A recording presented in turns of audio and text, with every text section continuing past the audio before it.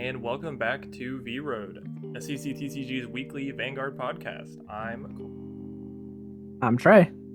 And today we've got something we'll probably come back to a couple times. I think, at least in Standard, we haven't seen too many keywords of like certain abilities or cards that reference said keyword or what have you. I know back when I started playing the game in G, a lot of the times decks were kind of built around similar cards where they'll check the top 5 and they'll call a card with the Magia ability, or everything had a Unite, and if it didn't, you didn't put it in the deck and stuff like that. But Standard really didn't do too much of that as far as the amount of decks there are, but there is at least enough that I think we'll take a look at them and kind of think about how well executed of a keyword it was and how well those decks did in their history. Yeah, one very good thing and one reason why I struggle with Magic is the amount of keywords. So Vanguard, luckily being that where, especially since we got away from G and reduced kind of what we have in Standard, there obviously are still plenty of keywords, and we'll cover those in this video and maybe some upcomings, but they're all fairly straightforward and for the most part are all explained on their physical cards what they do. So pretty simple to teach new people, and they're always on the wiki, so that helps out too. Yeah, and they'll never, I think the ones we'll cover for a long time will never probably reach the same complexity that G-era keywords did, except the fact that, some of them have come back into Standard that we'll get to at some point, but for now, I think we can start at the very beginning. And let's talk about good old classic vanilla white bread overdress. Just, the first keyword they put in Standard. It's going to be one of multiple keywords we're going to have where they just kind of describe a state a card is in. But you've played a decent bit, at least across overdress deck, so if you want to talk about this one. Yeah, so overdress was a mechanic when I was getting back into Vanguard. Was one of the mechanics when I started watching the overdress anime. I was like, what is this? And I saw the ability with Trickstar. It's a very interesting ability where you take a card and you ride it over a card on a rear guard. It's pretty much simple as it is. The overdress card states it has to have a specific either named card or an archetype that it goes on in the hints of cross overdress. We'll get to that in a minute. But overdress typically stands just to go over your Trickstars in their Nirvana decks, which is very a great mechanic. It allows you to juggle your resources, which luckily Nirvana has the ability to recuperate Trickstars from the drop. It is a mechanic that obviously you get on your Vanguard, you re-ride over cards, you gain more power as you go up. So it kind of does that in that same effect, which allows you to be in this state of overdress, which gives you extra abilities, which you can still play the cards. They're just, normal beater units and don't get those good abilities, but allow the cards to operate in a higher power for a little bit more resource that you don't have to spend as like a counterblast or a soul blast. Yeah, and I know that at least at the beginning of Standard, overdress as a mechanic didn't get too creative beyond the fact that its first big thing was Virina Valiente, which was just a grade 3 overdress, a unit that had to be put on either, I think it was Trickstar or something in the overdress state, and it would Had to be both, I think. Had to be both. Like a Trickstar, it had to be in the overdress state, which technically would have Trickstar underneath of it, but yeah. Had to be. So, and it would get like 5k for all of its original dress, which was like the second not keyword. The whole thing had to just reference everything under it, kind of like a soul. But they didn't do anything like too crazy to me.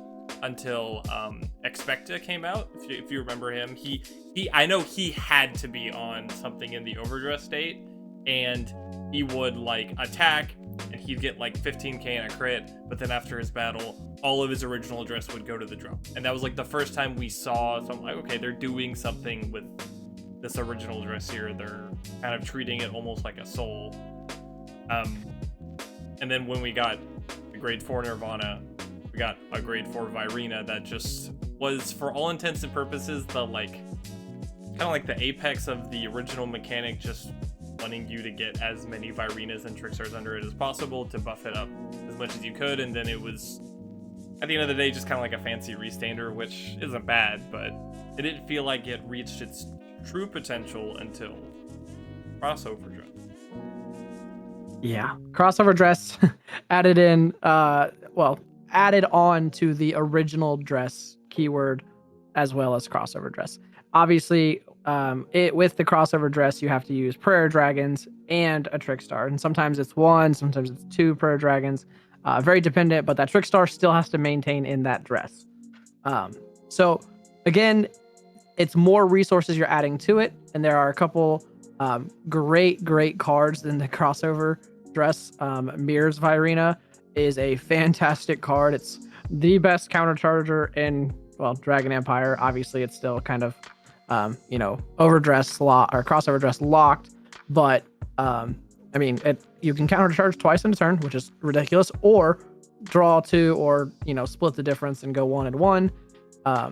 It's just a very heavy cost in all reality, because you're essentially using 3 cards, so 3 potential rear guards to take up 1 rear guard slot. So it has a heavy cost, but typically those costs do have some good outcomes to them and make it worth your while of spending those resources.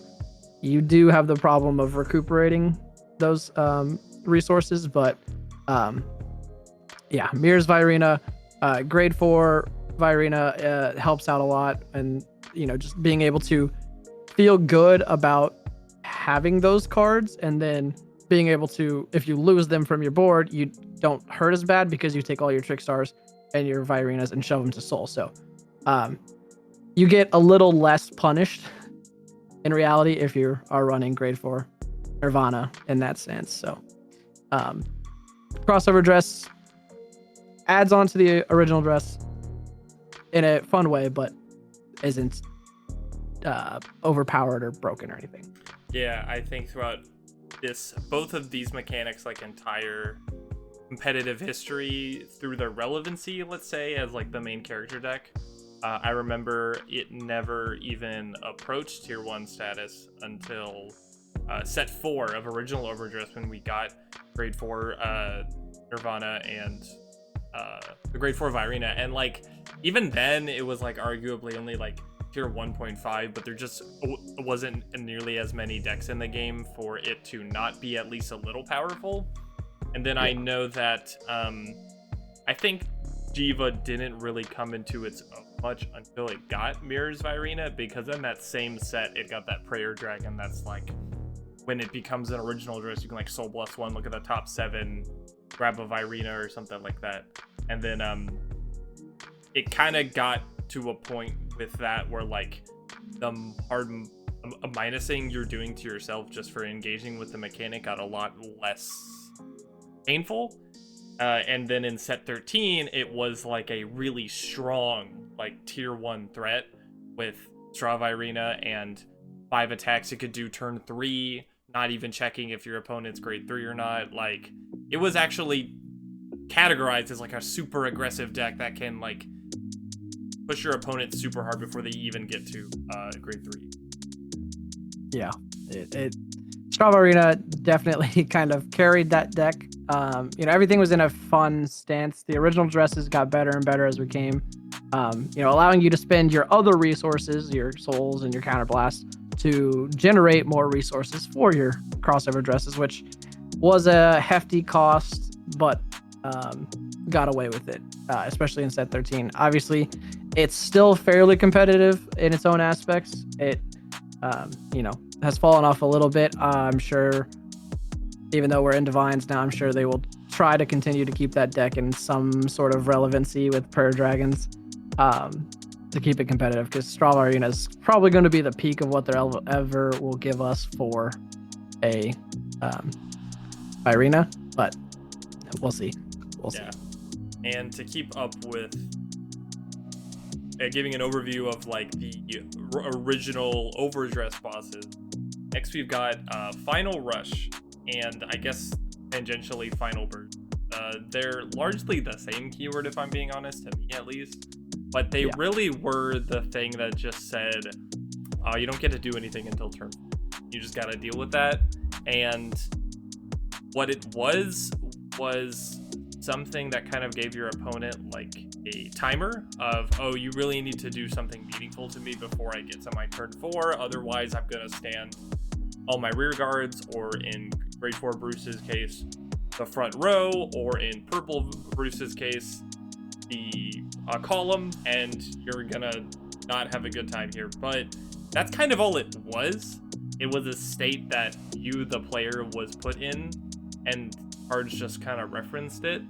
I think if we're talking about like its history in the game, even now, all that keyword has done is given Bushiroad something to catch up towards, and the fact that like all of its recent support tries to give you something that you can do early, and Final Burst being introduced at all made it so that you don't have to wait until turn 4. You can do it turn 3 if you go second. So yeah, it's honestly kind of a goofy mechanic that I didn't ever much care for. I was like, okay, I know it's coming, but I do appreciate it specifically because it kind of locks cards to that sort of play style. Like there are a lot of cards that are still just generically good outside of Final Rush or Final Burst. But it makes it so you don't have some of these crazy cards that are like, oh, when they're restood, gain a critical and power.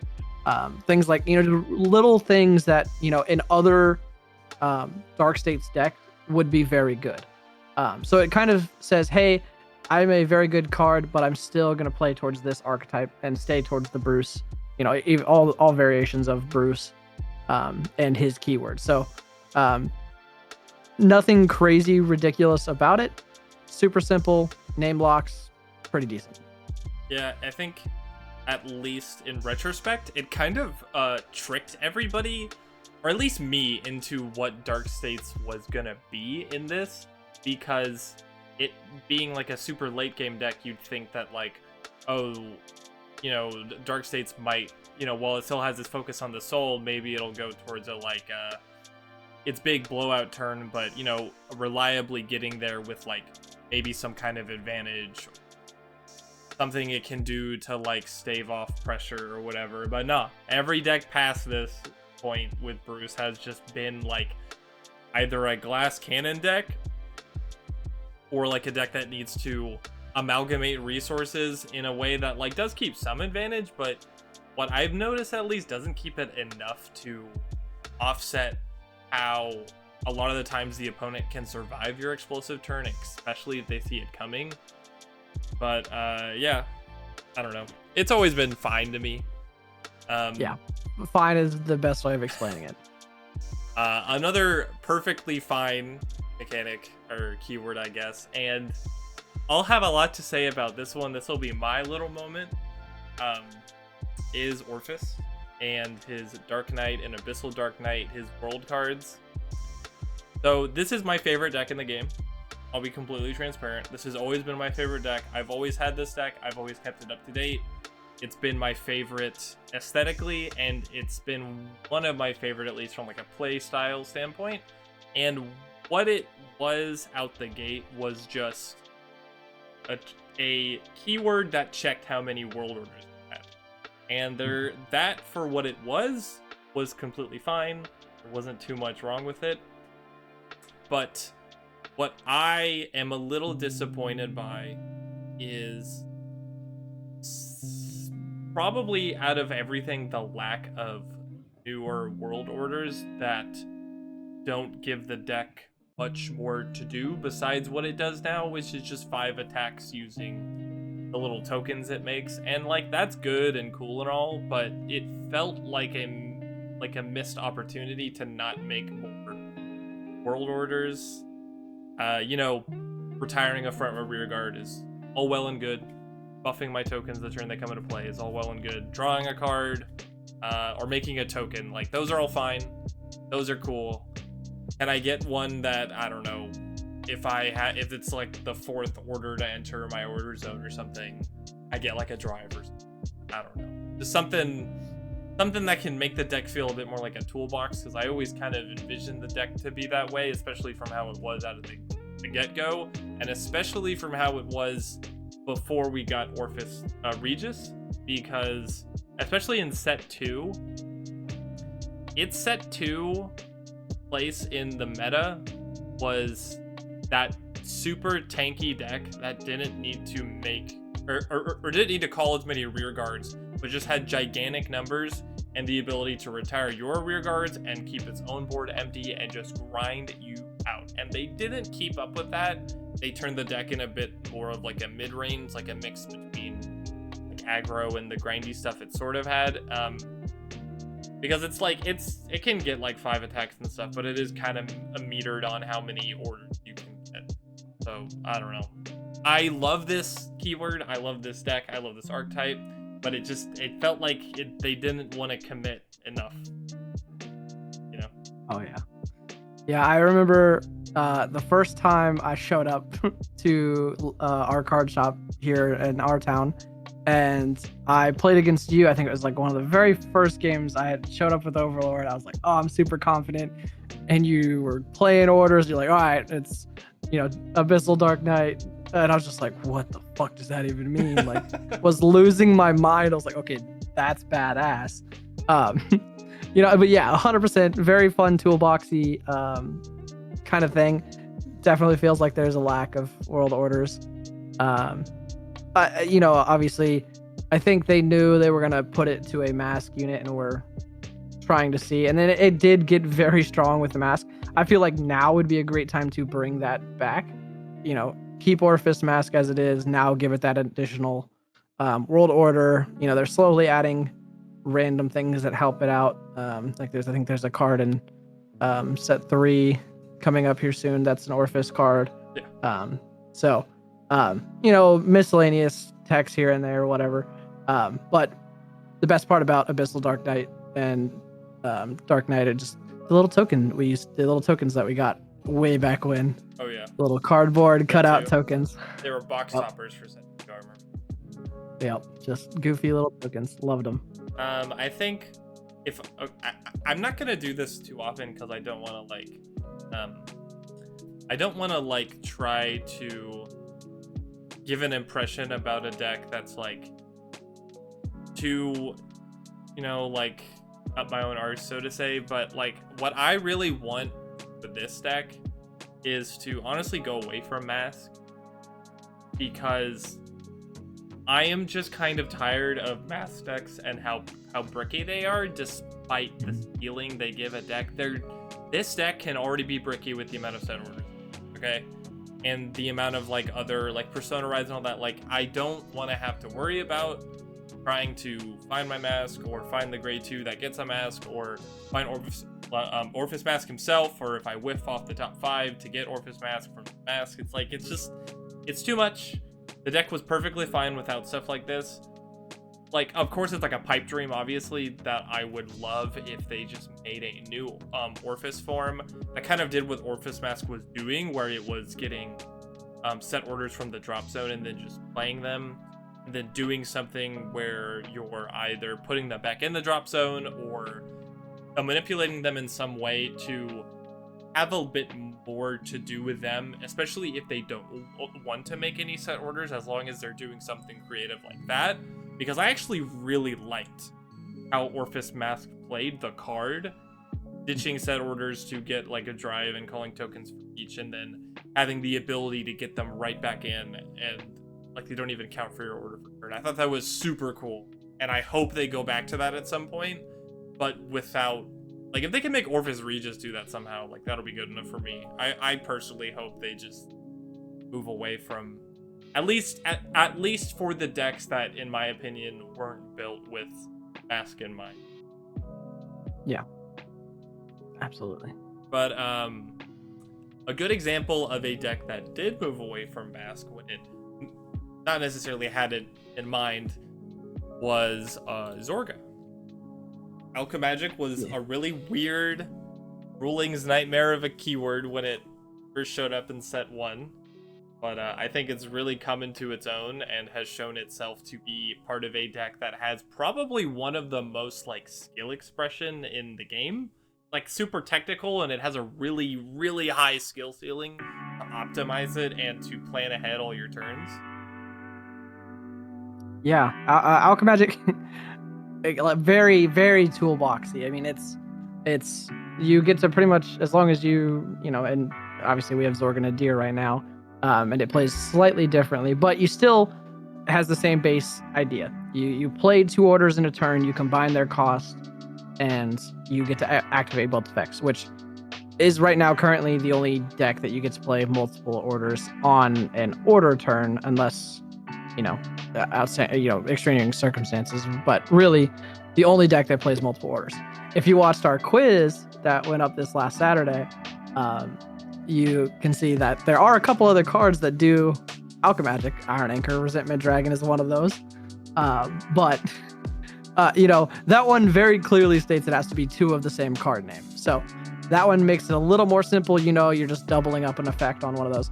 Whereas Alchemagic, you can really choose any 2 combinations of cards. So that's why it's super toolboxy now than it was.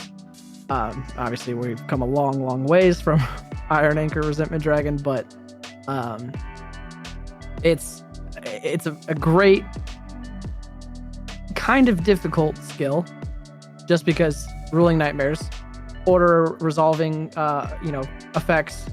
It's less of a problem with order resolving now that people really aren't running Tearful Malice and having to retire their, RPDs and then call them back, and a whole other thing. But I feel like everyone typically now, obviously, if you're getting into the game, it still can be confusing, but you're fairly, versed player should understand Alchemagic and enjoy it, because it is a very, very fun skill to play and to play against sometimes. Like, obviously it's kind of threatening, but it's a good one.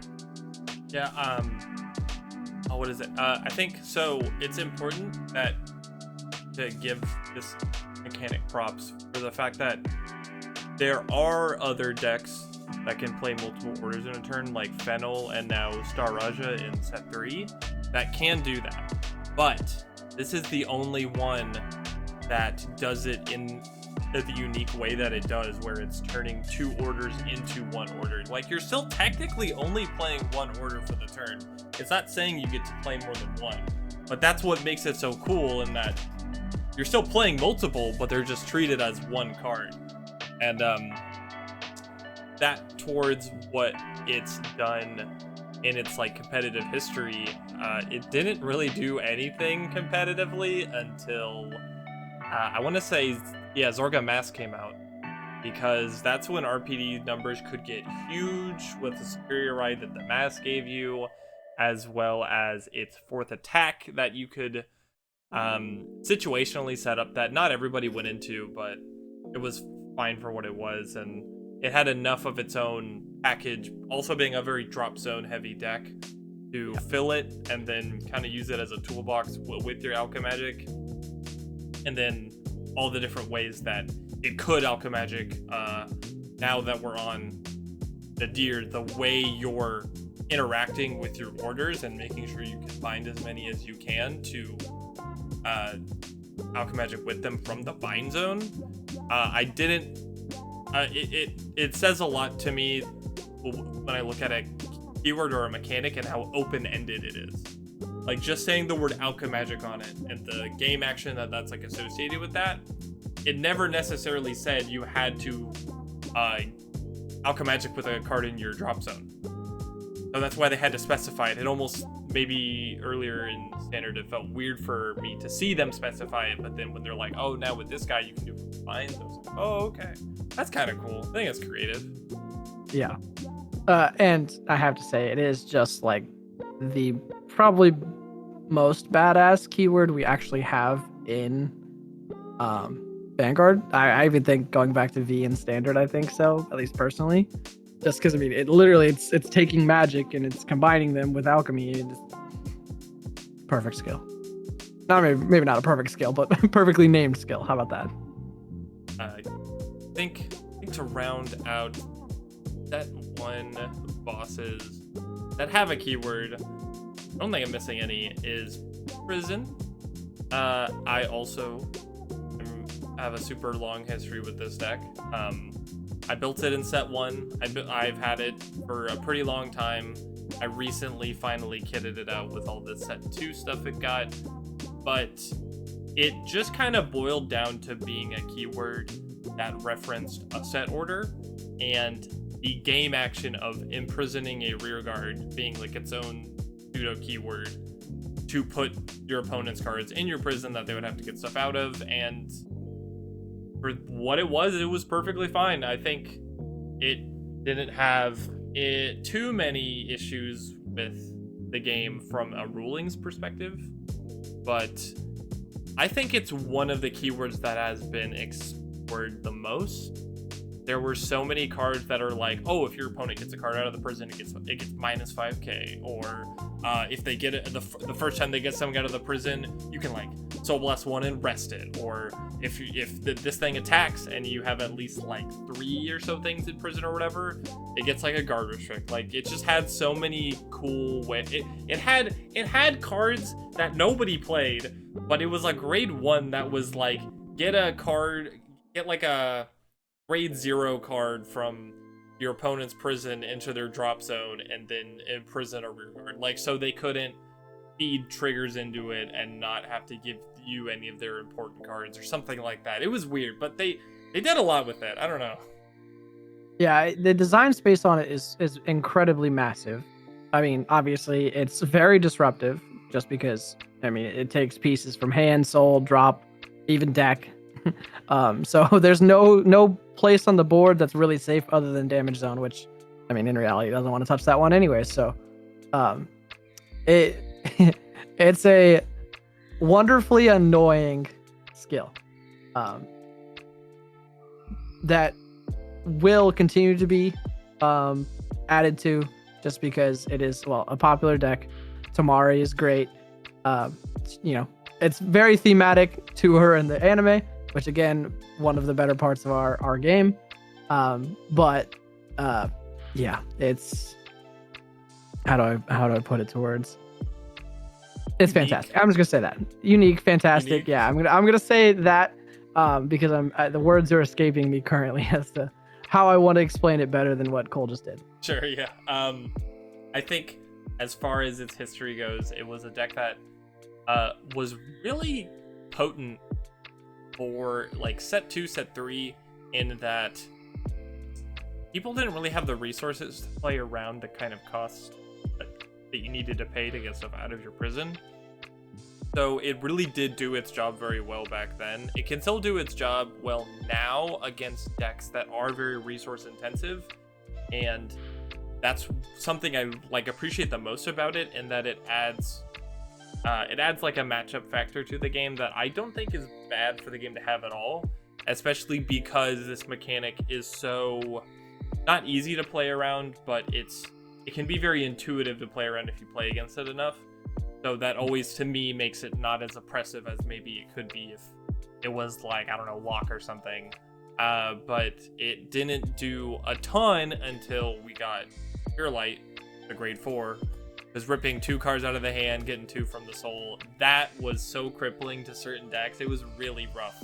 If you had a bad hand and you had to cough up 2 cards, sometimes you just auto lost. And well, there's something else to keep. I mean, even now it still is very disruptive.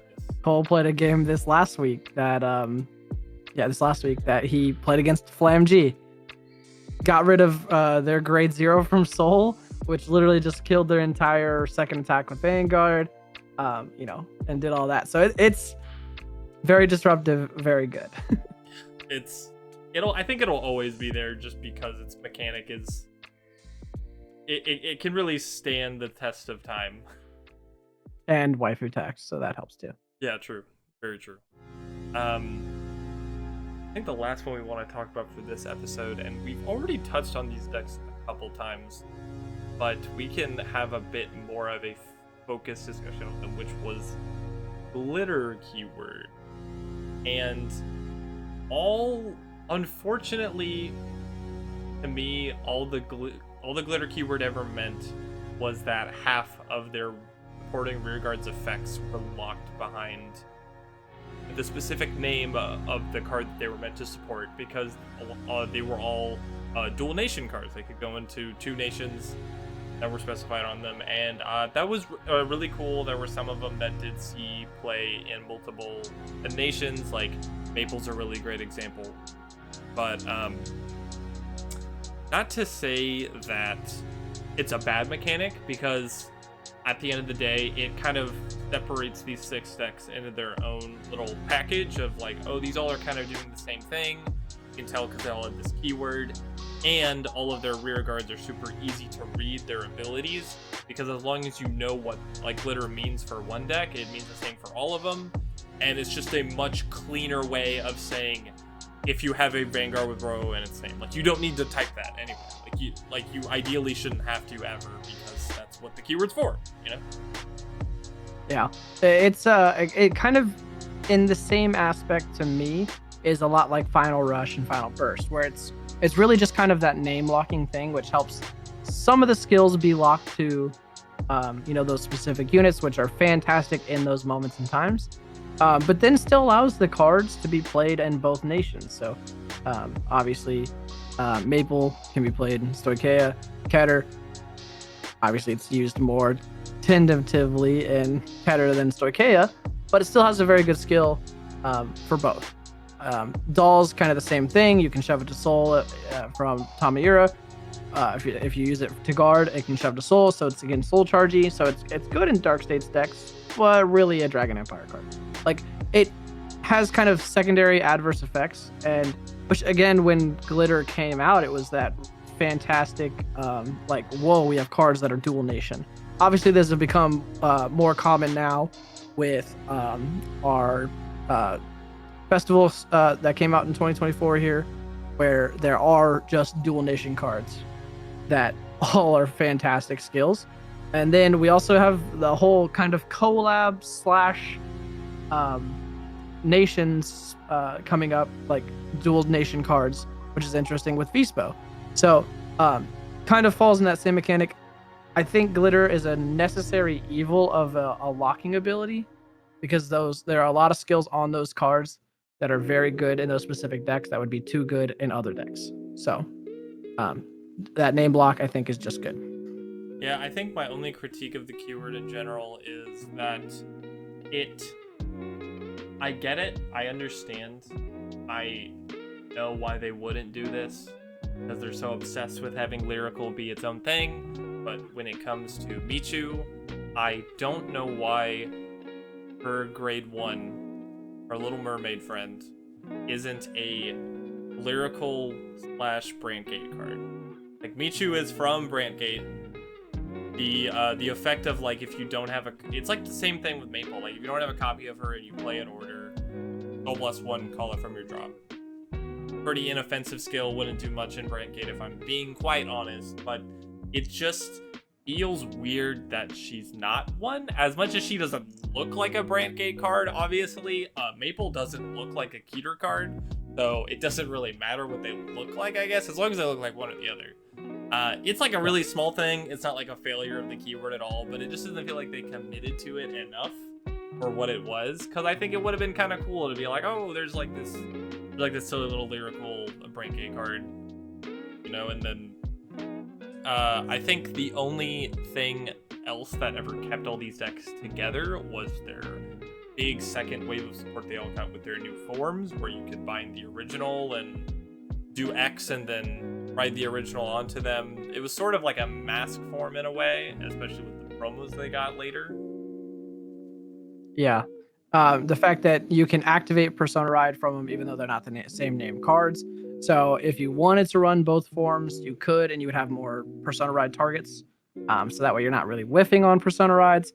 They add fantastic new skills, typically just reducing cost of their already kind of heavy main forms, like Ava, Counterblast, Soul Blast, and a second Counterblast during your turn. So 2 Counterblasts a turn essentially gets reduced to 0 cost on Ava's new form. Tamayura is a Counterblast to get her 4th/5th attack out, whereas new Tamayura, you just bind it and you just call them it's and you get power for it. So yeah, all just very good forms. That just, I wish that there was a little bit better of an explanation of what glitter was. Like, I know it has like kind of this small text that says this, one seeks the fire regalis, or whatever, but like when I first picked up that card, I had no idea what that meant. Obviously, until I saw the support card where I saw that it had to have glitter and that whatever that named card was. It makes more sense when you see the support. But if you don't see the support and you're just looking at the card, you're like, what is this? And that kind of leads me towards Magic. So that's the only thing that I have to say that I hate about glitter. But it feels like it's a very minimal thing to be concerned about in reality.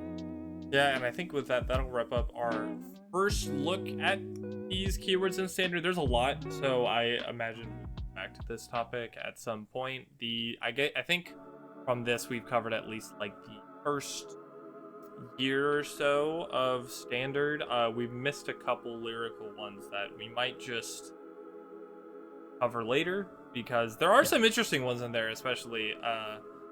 But before we wrap up, is there anything else you had to say on any of the keywords we covered? Stick with Vanguard, y'all. The fact that we have so few is it makes it easy to learn the game.